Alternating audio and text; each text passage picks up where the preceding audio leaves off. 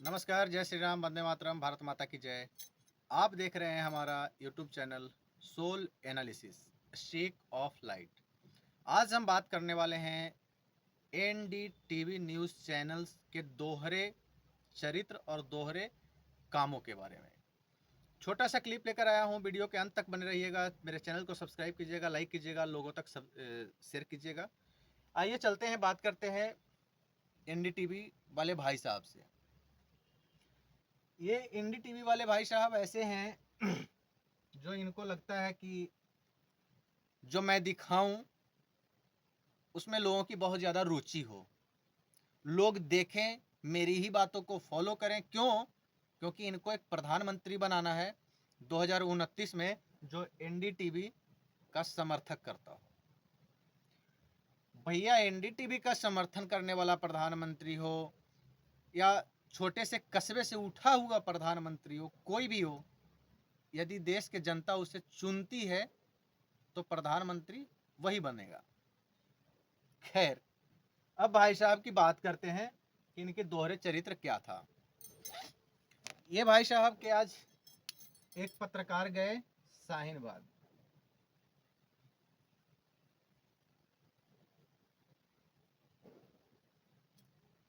बाग दिल्ली में ही है। वहां पर ये भाई साहब को लगा कि आज हम जाएंगे तो वहां पे कोई अच्छा सा मिर्च मसाला मिलेगा जिसे जनता में हम प्रस्तुत करेंगे और जनता के सामने हम ला के रखेंगे और जनता हमारी बातों को आगे बढ़ाएगी। अब हुआ यूं कि वहां पर गए, वहां पर पहले तो ये भाई साहब को कोई वैसा मुसलमान भाई नहीं मिला जो ये सीए का खिलाफत में हो, इसके खिलाफ में। कुछ लोग को जानकारी नहीं थी सीए होता क्या है, हालांकि पिछले प्रोटेस्ट में वो लोग शामिल भी थे क्योंकि वहीं के रहने वाले थे। कुछ लोगों को पता ही नहीं कि सीए है क्या, सीए आया क्यों। अब भैया कम्युनिटी के हैं, किसी ने बुलाया तो जाना तो पड़ेगा, पहुंच जाते थे। लेकिन इस बार कुछ अलग हुआ। इस बार ये हुआ कि रमजान भी चालू हो गया है, लोग ऐसे ही व्यस्त हो गए अपने धार्मिक कार्यों में। इनसे बात करने वाला कोई नहीं मिला ढंग के। अगर कोई जिस तरीके का ये ढूंढना चाहते थे वैसा व्यक्ति इनको नहीं मिला। लगभग लोग व्यस्त थे। लोगों का कहना था कि मुझे चाहिए रोजगार, लोगों का कहना था मुझे रोजगार चाहिए, मुझे सुरक्षा चाहिए, मुझे व्यवस्था जो है वो चाहिए, ढंग का मिले। आप सीए लेके आ रहे हैं, एनआरसी लेके आ रहे हैं, क्या लेके आ रहे हैं, क्या नहीं लेके आ रहे हैं, वो मैटर नहीं करता है। अगर आप देश में हैं, अगर आपका देश में एक बड़ा सा वर्ग बेरोजगार है, बेरोजगार से परेशान है, भूख मरी की कगार पर है, उस हालत में आप देश के लिए क्या कर रहे हैं, ये मैटर है। और ये भाई साहब को शाहीन बाग में वही लोग बेचारे मिले जो रियलिटी बोल रहे हैं। बेरोजगारी ऐसी नहीं है कि मेरे ही देश का है, लेकिन मेरे भी देश में है, अपने भी देश में बेरोजगारी है और उसका कारण हम खुद हैं। सरकार ना तो हमें आके बोलेगा कि भैया आप चलो, शिक्षित हो तो आओ हमारे ऑफिस में कर्मचारी बन जाओ, ना तो कोई कंपनी वाला आपके घर तक आएगा कि भैया आप अच्छा एमबीए ग्रेजुएट हैं तो आप आइए, हम आपको पैकेज दे रहे हैं क्योंकि आपके बारे में किसी ने मुझे बताया। ऐसा भी नहीं है। वहां तक आपको जाना होगा, इंटरव्यू देना होगा, एग्जाम देना होगा, उन कैटेगरी से आपको फाइट करना होगा, लड़ना होगा, आगे निकलना होगा, तब आपको मिलेगा। और ये हर जगह होता है। आप एक बात बताइए, आप अपने घर में 4-6 अगर किसी दिन लेबर बुलाते हैं काम करवाने के लिए, तो जो व्यक्ति काम ना करे आपके यहाँ पे, अगला दिन से आप उसे बुलाएंगे? नहीं बुलाएंगे। बेरोजगारी का सबसे बड़ा जो बेरोजगारी है, अभी जो इसको बेरोजगारी कर दीजिए। बेरोजगारी का मुख्य कारण क्या था? आरक्षण।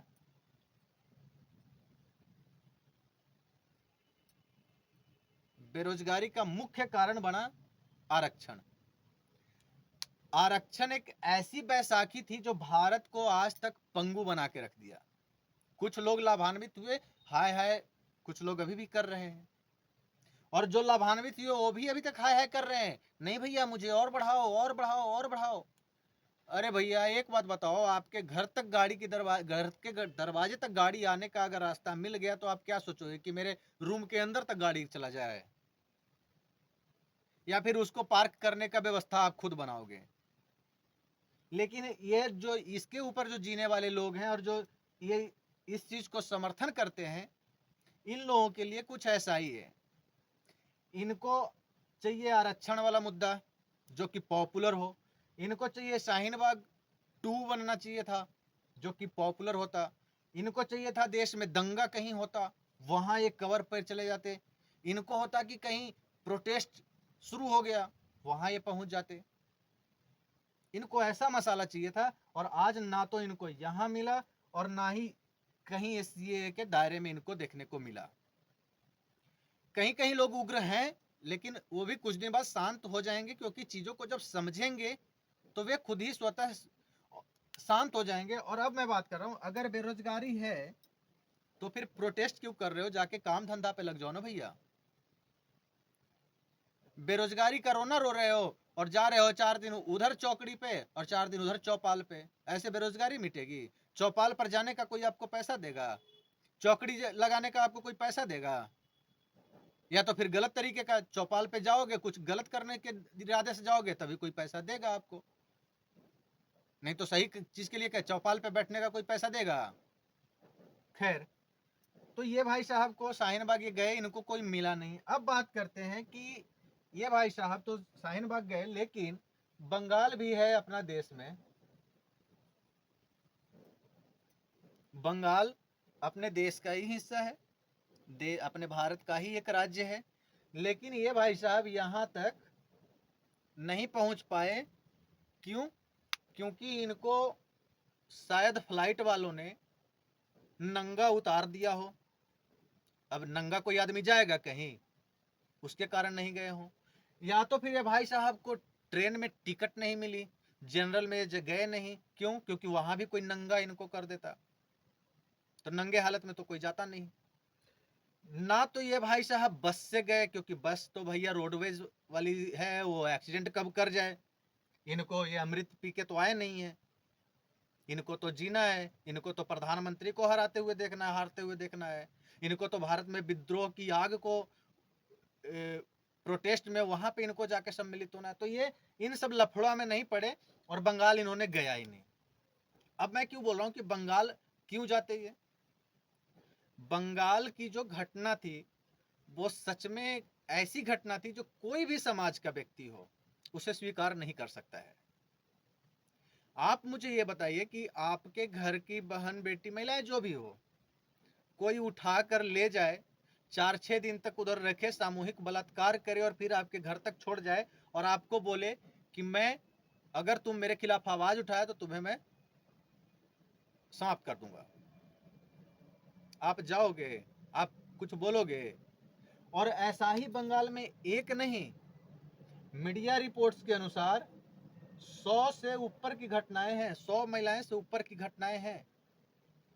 लेकिन ये भाई साहब, ये ऐसे वाले मीडिया थे जिनको इसके बारे में कुछ पता ही नहीं चला, और इनको पता भी चला होगा तो बाकी चीजें जो आपको बताया वो सारे कारण रहे होंगे कि ना जा पाए ये। तो हमारे देश में ऐसे ऐसे पत्रकारिता की चादर ओढ़कर और देश की जनता को भ्रमित कर रहे हैं। इनको लगता है कि चीन हमारे बॉर्डर के अंदर घुसे और मैं उस पर अच्छा अच्छा टीवी डिबेट्स लेकर आऊं, लोग हमारे चैनल्स पर आए, लोग हमें देखें। इनको लगता है पाकिस्तान कुछ हमारे देश में गलत करे, उस पर हम अच्छे अच्छे डिबेट्स करें। इनको लगता है कि हमारे देश के मुसलमान और हिंदू लड़ते बटते रहे, उस पर ये डिबेट करेंगे।